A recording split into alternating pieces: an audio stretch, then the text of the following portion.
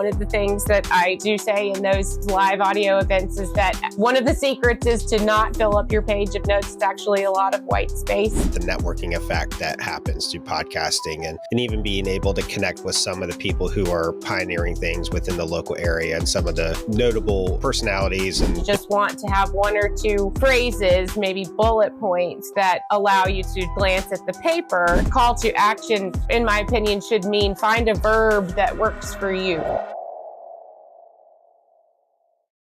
All right. Welcome to another episode here at Thrive Local. Today, I am joined with somebody who really understands the power of connecting through conversation.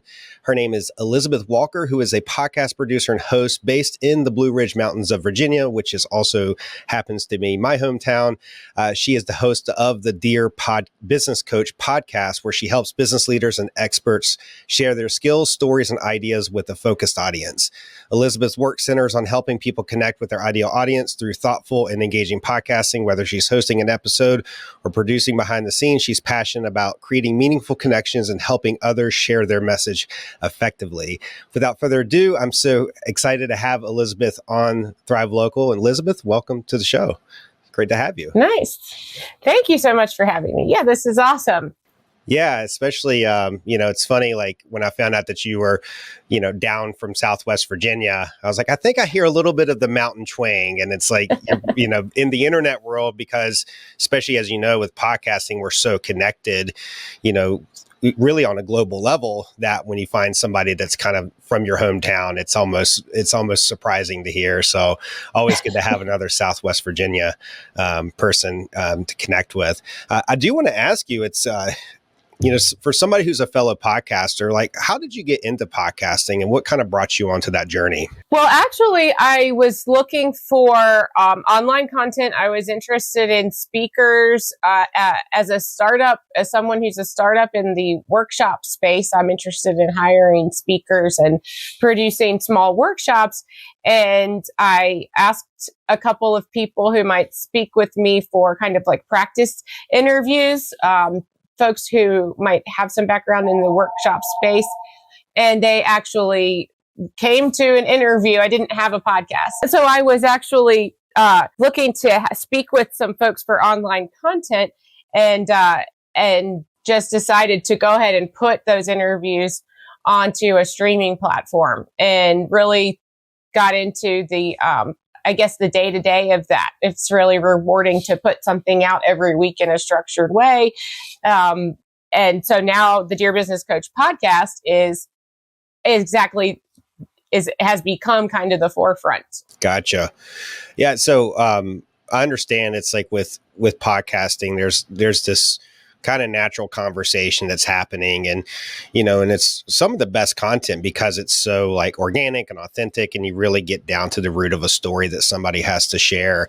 I'm curious to know, like, how long have you been doing this for, and like what have been some of the impacts that podcasting has had on your business to this day? And we'll get more into, I know you're doing a lot with like LinkedIn, and you've even done some stuff on the local level, but just kind of like, excuse me, if you could like zoom out, 50,000 feet and like look at your journey over the span of time that you've been doing this, where has podcasting really shown up as to be one of the biggest benefits for you and what you're doing in your business?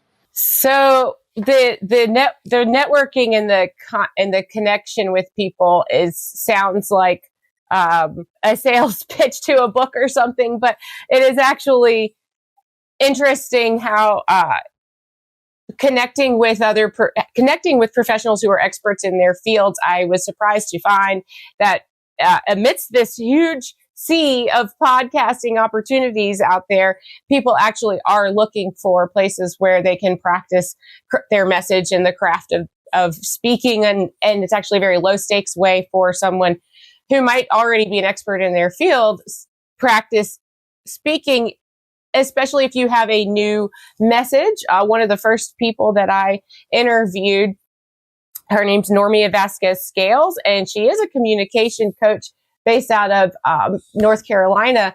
And she actually was working on a new product for her business, a new offering for her speaking business, and she was on her way to Hong Kong for a conference where she was going to be talking for the first time about a new, as she calls it, a new vertical in her business.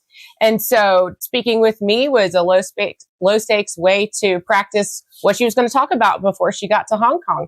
And that is a lot of fun because number one, I get to learn about the person who's on the website, or maybe who's in the interview with me. I know what they've sent to me as a bio, or maybe some background on their website, and maybe they've written a book. However, when we actually get to the interview, I get to learn what they're interested in. What are you looking to talk about today? What's new in your business? And that opens up a whole lot of room for just conversation about personal journey. And then, of course, it is evergreen material for both of us. And so if you're a professional in your field and you just want a chance to elevate yourself just a little tiny bit, just having one interview that you can repost somewhere on your content is valuable.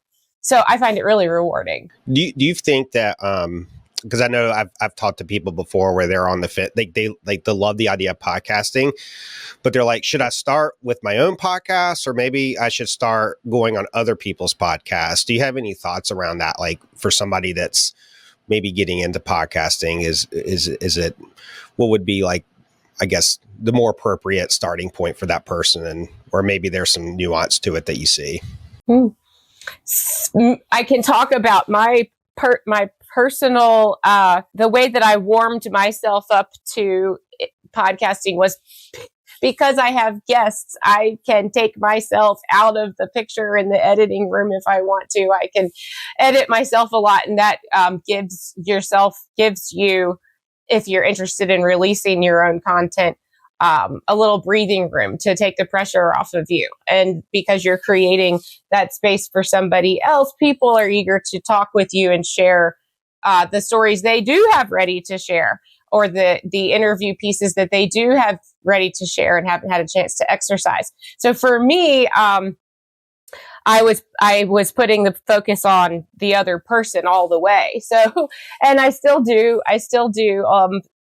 some editing to myself, not as much, but the very first episode really was me just editing out everything that I was saying during the interview, because there was so much pausing and hesitating, ums and ahs.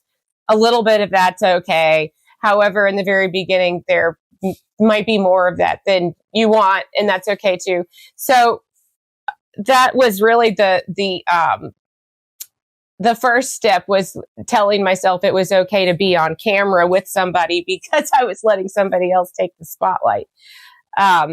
So then it becomes a little bit easier when I meet somebody like you, who gives me an easy way to talk about my business too. So it's kind of, this is like today, for example, is my way into the interview journey too. So I hope that there are folks listening that have listened to me interview somebody and are now learning that I need practice being interviewed. That's interesting. I've actually never heard it described that way, and it makes a lot of sense how, like, it's, I've thought of it in the past as like, hey, start out as a guest, go on other guest interviews and as a guest, but as a way to kind of warm yourself up and maybe find your voice and so forth. But you are right. Like, when you're the host, it does take the pressure off you, because you're putting the spotlight on somebody else, and it gives you the opportunity to warm yourself up and how you speak and the messaging and everything to that nature. So it does make you, the way I'm understanding it through the way that you're explaining it, it's like it gives you more, I guess, practice and nurturing for yourself to be ready to go on other podcasts as a guest, to be more effective in the way you're speaking. Does that sound accurate? I hope so. Yeah. Yeah, I hope so. And so, right now you're asking me you have asked me how I got started in podcasting. And even that takes practice to explain how that happened. Right. I know. The stories are like, some, like, one of my least favorite questions, and I still kind of have a hard time with it is when somebody goes, "Hey, introduce yourself. Like, tell us what you do." And it's like, oh gosh, like just like let me hide under a rock right now because this is such a hard question for me to even figure out how to even answer in a way that because I think like in our head sometimes that we have this really deep understanding of what it is that we do and how we help people. And it's like, how do you condense all that down into a statement or a story that's concise that can be relatable to somebody? And, the more that you speak and the more that you connect and have conversations, I think it seems as if that's a way to kind of pull that together, through podcasting. And, so hearing your story and kind of how you got into it and the way that you're thinking about it is definitely rational in terms of like how somebody can get started, and it makes a lot of sense, and it's something I never considered before. And I've been podcasting now for several years, and so it's nice to hear some fresh perspective like that. I'm really curious about you've done some work in the local space with your podcast, and there's some work that you've done there. Can you tell me a little bit about that experience and specifically like how podcasting locally, like what was the experience that you had and what were some of the results that you had from that experience? So I got really lucky with a couple of connections early in this summer. I had a series called Exposing Excellence with Roanoke Valley Leaders, and Roanoke, as in Roanoke, Virginia. So you had mentioned earlier, we're both in Southwest Virginia. Roanoke is one of the central cities in this section of the state, and we have the Jefferson Center, which is a beautiful performing arts building in downtown Roanoke, and mostly known for their musical performances. And that space is also outfitted with several wonderful spaces for private parties and corporate events. And so I had picked that particular location for my first seminar live in person. That was this past fall in October. So to get ready for that, event at the Jefferson Center, all summer I was contacting folks in the Roanoke area who might be interested in showcasing on the Dear Business Coach podcast as part of a short summer series. And so every other week on the Dear Business Coach podcast, there was an executive or a leader from Roanoke, Virginia, or the Roanoke Valley area.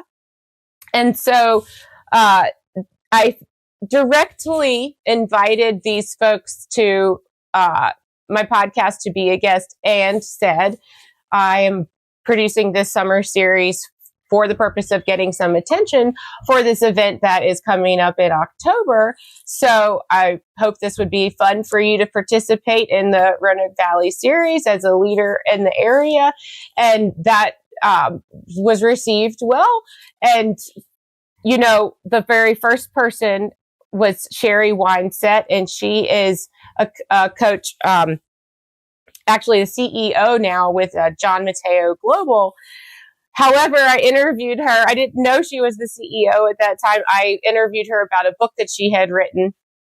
It's for a leadership book focused for women. She was nice enough to come on the podcast, and then I ended up meeting a few other folks and getting a couple of referrals that way. And the funny thing is, the very last person who I interviewed for that summer series was Gene Morano, who's a local journalist and pretty well known in the area. And he was actually on my list as someone to contact at the beginning of the series, but I never had received a response from the email address that I had from him.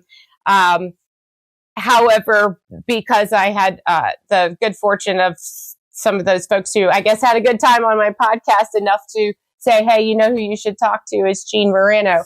And when he came on the podcast, he actually shared something with me talking about doing podcasting locally and what doing local work could mean for you and your business. Is Gene pointed out that in a space like Roanoke, his experience as a journalist in Roanoke has been, you can really make a name for yourself in this kind of a market if your aspirations are to go to bigger markets, and in that context, I had asked him possibly a question that was about talking to people getting into journalism. And so he had that to say about a market like Roanoke, Virginia. So I hadn't thought about that way at all. And Gene really highlighted that in his conversation with me. So that turned out to be a marketing that started out as a marketing project that turned into a really, really amazing group of people that are now friends that I hope I get to talk to again. That's so cool. And like you had mentioned it earlier about the networking effect that happens through podcasting, and even being able to connect with some of the people who are pioneering things within the local area, and some of the notable personalities and business people that are, and it's, you're right. It does build your network, and now you're connected with these people. Tell me about now. So this was this past summer, right? That you did this project. Okay. Yeah. So how's, so tell me a little bit more about what you're doing now as far as your efforts in podcasting. I know you've got a series on LinkedIn. Let's hear about what's going on today.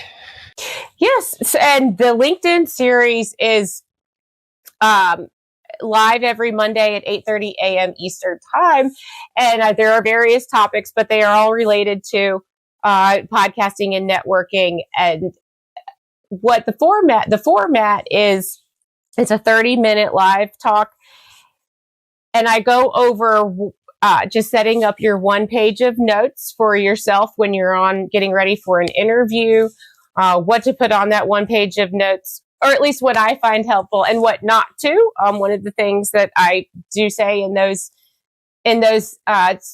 live audio events is that one of the secrets is to not fill up your page of notes. It's actually a lot of white space.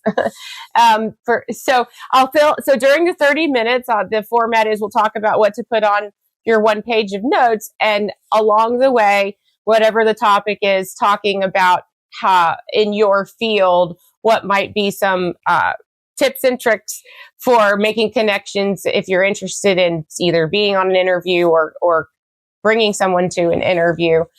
So, for example, we could be talking about team leaders or executives who speak. That was something that I also did over the summer alongside the Exposing Excellence series to get some attention for folks in the executive space, because the seminar that I had in the fall was for executives and team leaders would be the ideal audience if you wanted to put a demographic around who would be invited to buy a ticket to something like that.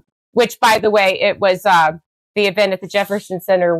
The speaker was Clayton Fletcher. He's a comedian, but he teaches stand-up comedy skills to executives. So that's why I was marketing to executives and team leaders all summer. So the LinkedIn Live series was to support those marketing efforts, and also bringing to the folks who are joining the LinkedIn Live audio a way to just think about what are, again, low stakes way to kind of join the podcast or the speaking arena a little bit in a way that is comfortable and get you thinking in vocabulary terms of your industry. So one week I might be talking to executives who speak, and then a few weeks later there's a segment for young women leaders, so that may not be particularly a position or industry, but if you're getting started in your career, maybe after college or something like that. So the audience can vary, and we talk about the podcasting arena related to your field or segment. So I love the word that you use, like a low stakes way of kind of getting into, I guess, your message and like you as a speaker. So, but that's kind of the golden thread, right? Through it's like, it doesn't matter if you're whatever domain you're coming from. If you're somebody who wants to get into speaking, whether that be, I guess, if you want to host a podcast, maybe you've got events that you're speaking to, maybe you're being invited to workshops, whatever it is, it's you and you're in front of a crowd of people and an audience and you're putting a message out. The podcasting is a great stepping stone to helping you advance that skill and advance your ability to show up as your best presenting self, in that format. And that's where the LinkedIn Live audio. So you have some things that you offer through that. Sounds like you talked about the one sheeter, or like that sheet of notes that you have. Like this is a tool that you can use that's going to help you along this mission that you have to becoming a better speaker. Can you tell me a little bit about some of the tool? Like, tell me a little bit about like this one sheeter. Like what? I'm very curious to hear. What are your thoughts around preparation and like some of the tools that you're suggesting for helping people get started? Okay. Yes. I like one sheet of paper, whatever dimensions that is fine.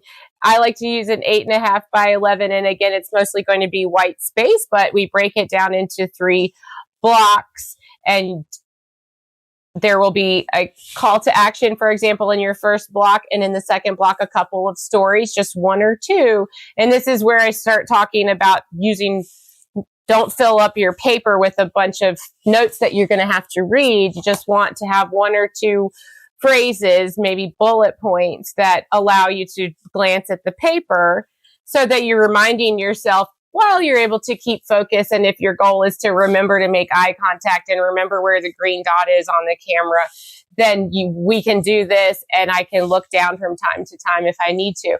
And that's the process that helps me. Also, I tell a story about my geometry teacher in high school. She made us show her our notebooks every week and would actually be graded on our notebook every week. And I tell a story sometimes in the LinkedIn Live about how silly I thought that was, because I'm an A+ student. I don't need to be taught how to take notes. And, but this, she was very particular about where the date goes, where the title of the class for that day goes. And, moral of the story is, guess what? Geometry is a different animal. And when it's time to take the test, you are glad you know where to look for those lessons in that notebook, because she labeled her notes exactly the same way and nothing else goes on the page that doesn't need to be there. Yeah. Yeah. It reminds me of the very first podcast interview that I went on. I remember I typed out the questions. I was the one being a guest. So I was like, hey, here's the questions to ask me. And then I typed out my answers to the questions. But it wasn't like you're suggesting, like bullet points. It was like paragraph long answers. And in my mind, because I was so nervous about speaking, it's like, yeah, it's just a conversation, but you're being recorded. But in my mind, I'm like picturing myself walking in front of this crowd of, 1,000 people all watching you. And, I remember when the podcast started, it's like, I didn't even look at the sheet of paper, but, as time went on, it's like, having like just some notes like you're suggesting, and I love the way you organize it in those different blocks, just to be able to glance at, that keeps your mind sharp on intention, on what you're actually trying to speak about, really can be helpful in the execution of it all. So that I appreciate you sharing that. One thing I do want to ask you about, just to kind of dig a little bit deeper, is you talk about call to action. What kind of thoughts do you have around how people can, because it's like, I'm on this podcast, I have this message, but now I want to call people to take an action, to take an extra step with me in my business and whatever it is I'm doing. Do you have any advice on some best practices on how people can kind of facilitate that part of the process? This idea that your call to action has to be a website that gets people, that can be enough to keep somebody from going to a podcast. Oh my gosh, I have to have a website or something. So if you are using a LinkedIn profile, that might actually be your saving grace. If you just tell somebody to follow me on wherever you want people to find you, and make it one sentence or so, right? Just follow me on LinkedIn, connect with me on LinkedIn. If you are being very intentional about it, then it behooves you to decide, what do you actually want people to do? Because the call to action literally, in my opinion, should mean find a verb that works for you. I want you to do something when you come to me. So connect with me, email me, DM me, and be very, if you can, specific about that. So I'm on LinkedIn, and I tell people to connect with me because I send out invites every week to my live audios. If you are following me on LinkedIn, I love that too. And we can see each other, maybe. If we are not connected, you cannot receive a message from me, and we cannot DM. So I really want people who hear a call to action for me personally to find the connect button. So I hope that we're figuring out what the verb is that you actually want people to physically do something when they come and see your picture somewhere. Yeah. I can, that's interesting. So LinkedIn's kind of a new place for me, and I know what you mean. You can follow somebody or you can connect with them, and there's a completely different relationship that's happening on LinkedIn, depending on if you're connected versus following. Have you, is LinkedIn like your primary social media platform for your business, or is there another one that you tend to focus on just as much? Or tell me a little bit about social media, like how you're working the social media side of things. Yeah, I love LinkedIn. The thing about LinkedIn is that everybody's maybe there for different reasons, and that's totally fine. It works for me. I just find a lot of folks who want to talk. I guess maybe just we're lucky in the podcasting world. That's an easy space for folks to connect in a couple of sentences, and I can pretty much, I can pretty much move the conversation from DM to email pretty easily. I'm a podcaster. I would like to invite you to an interview. And here's a link to my calendar. So that's a personal choice. Some people prefer to, engage in conversation, maybe more on DMs and things like that. Really just a personal choice, as long as you're telling people where you are. Because for example, I have a coach that I follow who's a media coach, and she is talking to people who want to make money from appearing on podcasts. And she is telling people to go to Instagram to message her, because that is where she likes to read her messages. It's nothing personal about one media or the other. That's just the message box that she sees every day. Yeah, it is. It's a preference. I mean, social media it can be very overwhelming if you let it be, because there's so many platforms, and you just like, do I need to be on all these different platforms, and how do I communicate? Is it DMs? Is it email? It's an interesting space to navigate, and I love the simplicity, and I love how you're speaking about it through the lens of do what works for you, right? Like what works for you is going to work, is what really matters most when it comes to social, or anything you do for that matter, podcasting. Tell me, we're kind of getting near the end here, and I want to talk a little bit about kind of what to expect, like what's down the road for Elizabeth Walker and podcasting and all these things that you're doing. What are some things that we can look forward to, and people that are following you and engaging with you and in your journey here in this podcasting space? Thank you. And so, speaking of call to action, subscribe to my email, which is on dearbusinesscoachpodcast.com. So the podcast does have a website. And so subscribing to email gives you access to, of course, the episodes you might expect. The emails go out one time a week. However, all of the LinkedIn live audio events are included in every weekly email, and also the live upcoming workshops. So that's how you can stay connected. There is a Dear Business Coach podcast magazine that is new. There was a draft this summer, but the public didn't really get to see that. I was practicing. So now there is a public view for the Dear Business Coach podcast magazine. And so that is for subscribers. If you are a new subscriber, then you will get a link in your welcome email message to view and download the magazine. So there will be another workshop coming up too in the spring. Oh, that's awesome. I didn't know you had a magazine. I think I do. I think about it. I think I do remember hearing you talk about a magazine that was coming out. So you wouldn't have seen it until now because it wasn't available.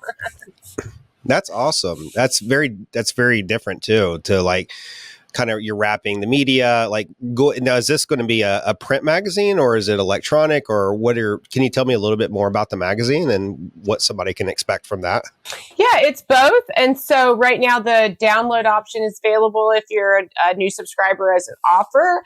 And thank you for signing up to the email list. The print copy is available too. That of course is a matter of if you want to supply your mailing address, and that is an offer. So if you are interested in the download copy, I'm going to ask you if you would like to add your mailing address, and you don't have to, but that's what will happen. Well, I think it's great that you're incorporating print and kind of like physical media into what you're doing. Online and digital is great and it has its place, but I don't know, maybe I'm just a little bit old school, but I like to actually, like, I'm the kind of person, it's like, I don't read books on my phone. I like to actually pick up a book physically and flip through it. And there's something about that physical, tangible item that I think is really special, especially in media. So that's awesome. I'm really excited to hear that you got that rolling out. Well, Elizabeth, this has been great. I want to just maybe if there's any final things that you'd be willing to share for anybody that obviously we talked about LinkedIn, we talked about your website, give you one just to kind of wrap up here, just for people that do want to connect with you, give them that call to action. And then also if there's any final thoughts that you'd be willing to share for somebody that's thinking about stepping into the world of podcasting, speaking, just some words of wisdom that you would be willing to share. Oh, thank you. Yes. Subscribe to email on dearbusinesscoachpodcast.com. And I do see those, those replies directly. That's me. And that's, in behind that email address in that email box. So come to the LinkedIn live audio event on Monday morning at 8:30 a.m. Eastern time, and you can join right on my profile page on LinkedIn. So again, if you're an email subscriber, there's, links and directions to get there. You don't have to go and find the event and all that. You can just click on the link in the email. So yes, if you're new into podcasting, any way that you can record a conversation with somebody free of charge, then you already have content. And you can do that with your phone and voice memo or free Zoom. It's really as simple as that.